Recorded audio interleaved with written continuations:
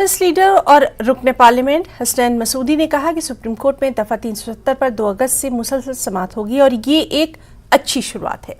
उन्होंने ये भी कहा कि 5 अगस्त 2019 को किए गए फैसले आइन के मुताबिक नहीं थे।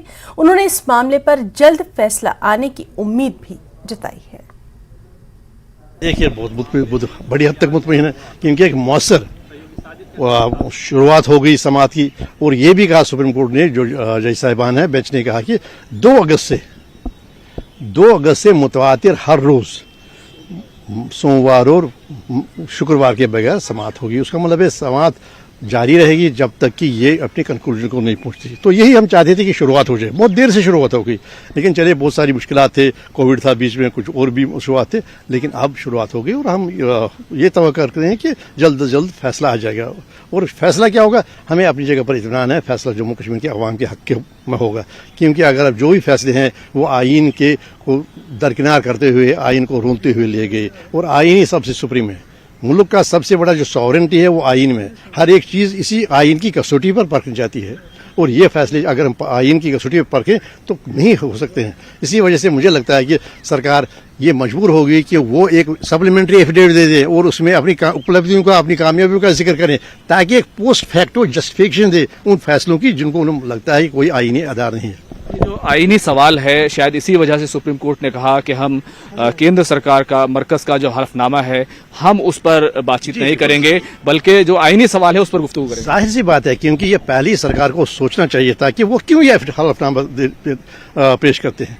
क्या उनका ये गरज है कि उनके पास दरअसल कोई आईनी जवाब नहीं है और वो एतराफ़, ये एफिडेविट क्या उसका एतराफ़ है और वो उससे बाखबर है, उनका एहसास है कि हमारा कोई आईनी जवाब नहीं है। अब वो हम जस्टिफाई करेंगे आंकड़ों के बुनियाद पर, तरक्की के बुनियाद पर, टूरिज्म के बुनियाद पर, या बाकी जो भी वहाँ दिया गया है।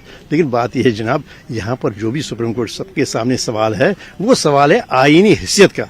क्या वो फैसले 5 अगस्त के आईनी तो दुरुस्त थे? और आइन कहाँ का? आइन हिंद, क्या आईनी हिंद के मुताबिक थी या नहीं?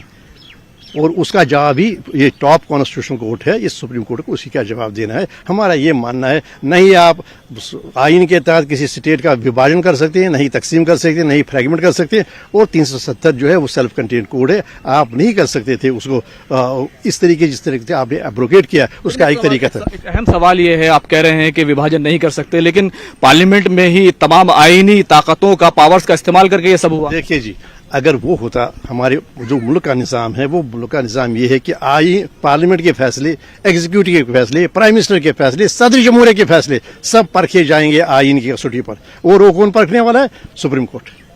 देखिए, ये हम हतमी नहीं है, पार्लियामेंट कोई सॉवरेन पावर नहीं है, अथॉरिटी नहीं है। पार्लियामेंट कानून बनाएगी और कानून को चुनौती आप दे सकते हैं कि कानून बिल्कुल नहीं, आर्टिकल 14 के खिलाफ है, 21 के खिलाफ, किसी और चैप्टर 3 के खिलाफ है। रियासत की तकसीम जो गलत आप बता रहे हैं, वो उसकी क्या बुनियाद है, क्या दलील है उसकी? बात यह है कि आर्टिकल 3 आपको जो आप मिल मिला के पढ़ेंगे, एक हार्मोनियस कंस्ट्रक्शन करेंगे आर्टिकल 1 और आर्टिकल 3 का, तो ये है कि आप ये जो सारा जो हमारा मुल्क है, ये है यूनियन ऑफ स्टेट्स। पर ये स्टेट्स ने इकट्ठे करके इतिहाद है स्टेट्स का, और स्टेट्स का उसका मतलब है स्टेट की अपनी अपनी शिनाख्त है, हर एक शिनाख्त। आप वो शिनाख्त नहीं खत्म कर सकते उसका विभाजन करके। सुप्रीम कोर्ट में आर्टिकल 370